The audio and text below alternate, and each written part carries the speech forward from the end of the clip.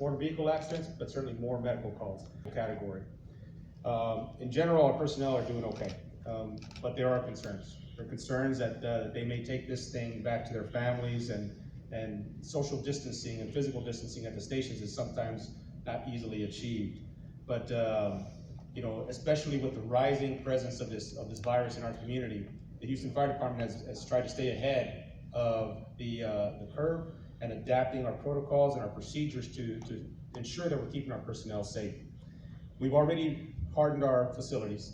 It's all our stations are closed. There's a central entry point for people that want to gain access into those fire stations. We've made changes to the protocols as far as our approach to medical calls, where anybody within a 6-foot distance of a patient is to wear their entire PPE, personal protective equipment. That means gloves, their goggles, and their masks. And we're moving to the next phase. As you can see, you know, I don't have a mask right now. We're ensuring that we're delivering these masks today to our firefighters, because the next step in our protocol is to require our firefighters to wear these surgical masks throughout the day at the fire stations. And those are going to be delivered and start to be deployed today. As soon as I leave here, Mayor, that's where I'm going, is to secure a few masks for myself as well, because it is important.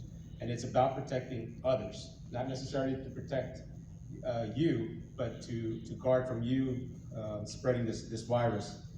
The next thing we're going to be doing with our firefighters is we're going to be doing a wellness assessment before they come on shift. That's going to be forthcoming, where we're going to check temperatures.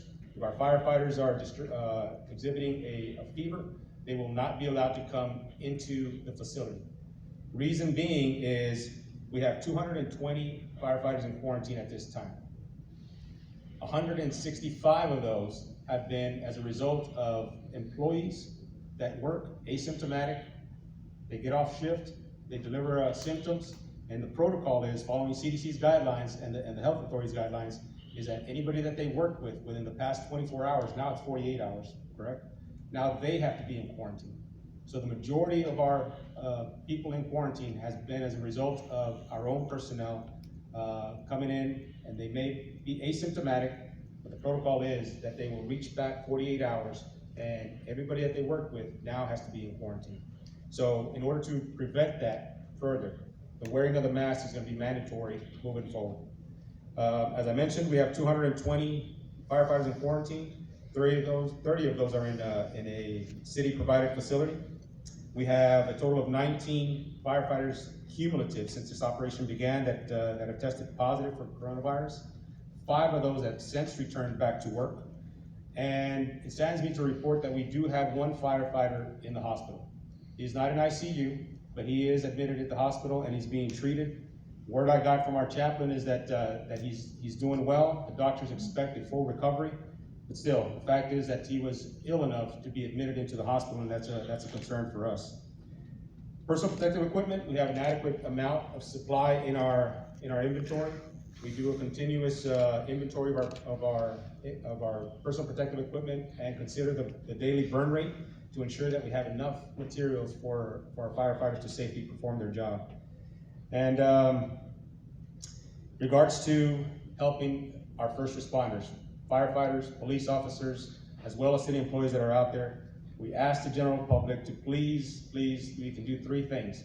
Maintain proper hygiene. Wash your hands several times a day. Maintain that physical distance, because that's going to slow the spread of this virus. And if you can, stay home. Stay home. That's probably the best advice. You can't get sick if you don't catch it. So with that, I'm going to turn it over to Chief Acevedo.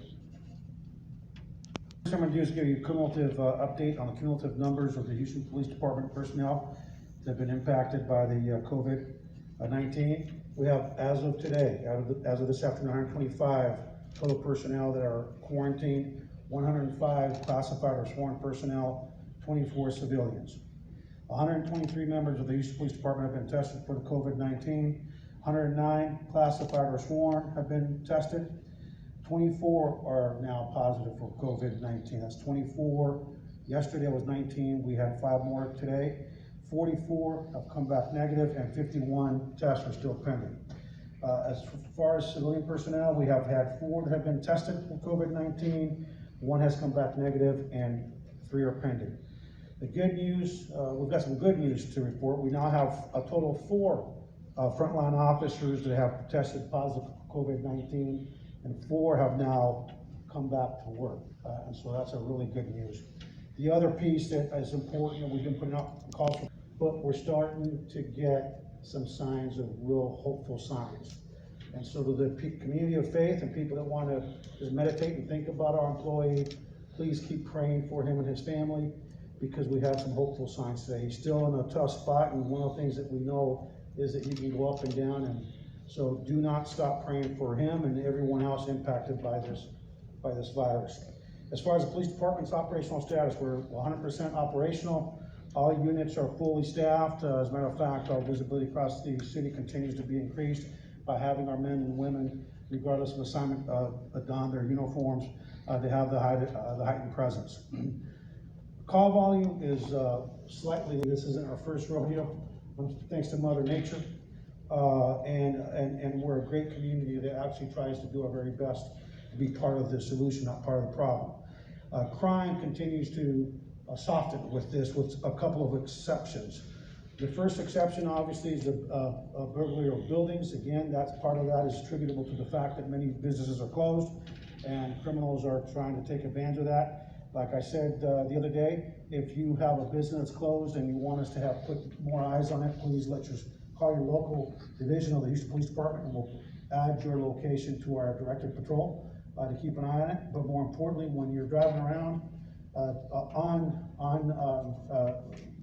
critical issues, dealing with issues in the community, and you see something suspicious, please report it.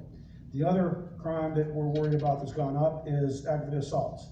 Aggravated assaults in the city of Houston have gone up 10% since the implementation of the city and county COVID-19 shelter in place or shelter at home or essential business only order.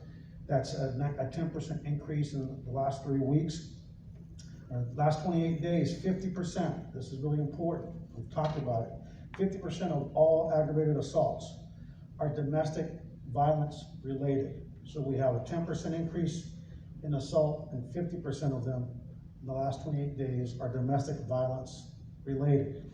It's important to note that typically the number of assaults that are domestic violence related it runs from 36 to 38%. So we've gone up upwards of 10 to 12% in terms of our assaults that are domestic violence related.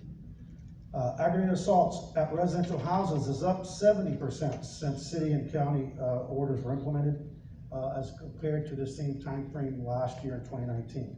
It's really important for the community to do 2 things. One, remember that we're all coping with this. I think a lot of people are having nightmares. I'm happy to report that for the first night in quite a while, I slept without a nightmare last night. So there is hope. If this crazy mind can rest one night, maybe yours can too.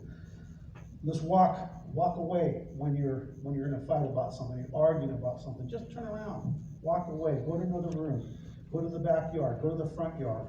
Just create space. Social distancing sometimes is not just about the physical and the virus, it's also about the mental, the emotional, and the situation that we're all dealing with, the added stress. Just take the time out, give yourself space, and most importantly, don't be afraid to call for help. We have a 24-hour communication center with mental health professionals available, and there are a lot of hotlines that you can call as well, but we're here for you. And on behalf of all the men and women of the Houston Police Department, I want to just tell the community, thank you. Thank you for being great partners, and most importantly, thank you for relieving our call volume, because again, when we all just make better choices, I think it better prepares the police department to focus on what matters most, and that's combating violent crime and property crime. And so that's my report, Mayor. Thanks. Later, as of today, we start providing additional masks to our municipal employees as well, because it's also important for us all to do our part. Last week, I asked the Houston Parks Department to remove all basketball rims from city parks. And over the weekend, they began removing volleyball nets as well. Parks are getting too crowded, and park employees and police will enforce social distancing. And again, I want to emphasize, I know this month of April with Passover, Easter celebrations, normally people would be out in the park, Easter egg hunts and all of that. But let me just say, in the month of April, we're going to be very intentional about enforcing social distancing, even in our parks and green space. So let me bring up Steve Wright to speak on those initiatives. Steve Wright.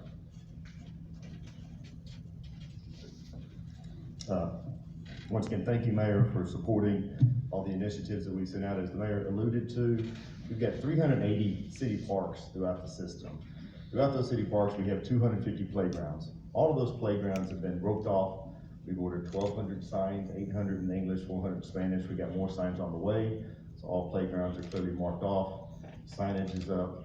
Also, within 3 days, the Parks and Rec Department, whom I can't speak highly enough of, were able to remove over 450 basketball goals and/or secure them for non-playing. Our intent on this is to help minimize greatly what we're terming recreational grouping.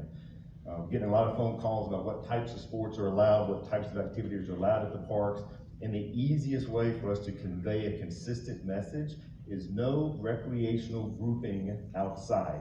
This is for everyone's safety. If there's an activity that you can do outside, and there are many that you can do and keep 6-foot distancing, we encourage you to do that. 380 parks. Also, throughout the city of Houston, over 50% of all residents are within 10-minute walk of their park. That means 1.2 million people within 10 minutes can walk to one of their city parks and/or trail systems. So at this stage, we're monitoring it on a day-by-day basis. We've also implemented a park monitoring program. We've reassigned Park and Rec personnel to help go out to these parks, remind people no recreational grouping, remind people 6-foot distancing, showing people what that means. We've also been working very closely with the police department. Thank you, Chief, for helping us out with that, to help provide additional eyes, ears, and monitoring and reminders out at these city parks. The upcoming weekend is historically one of our busiest weekends at the park.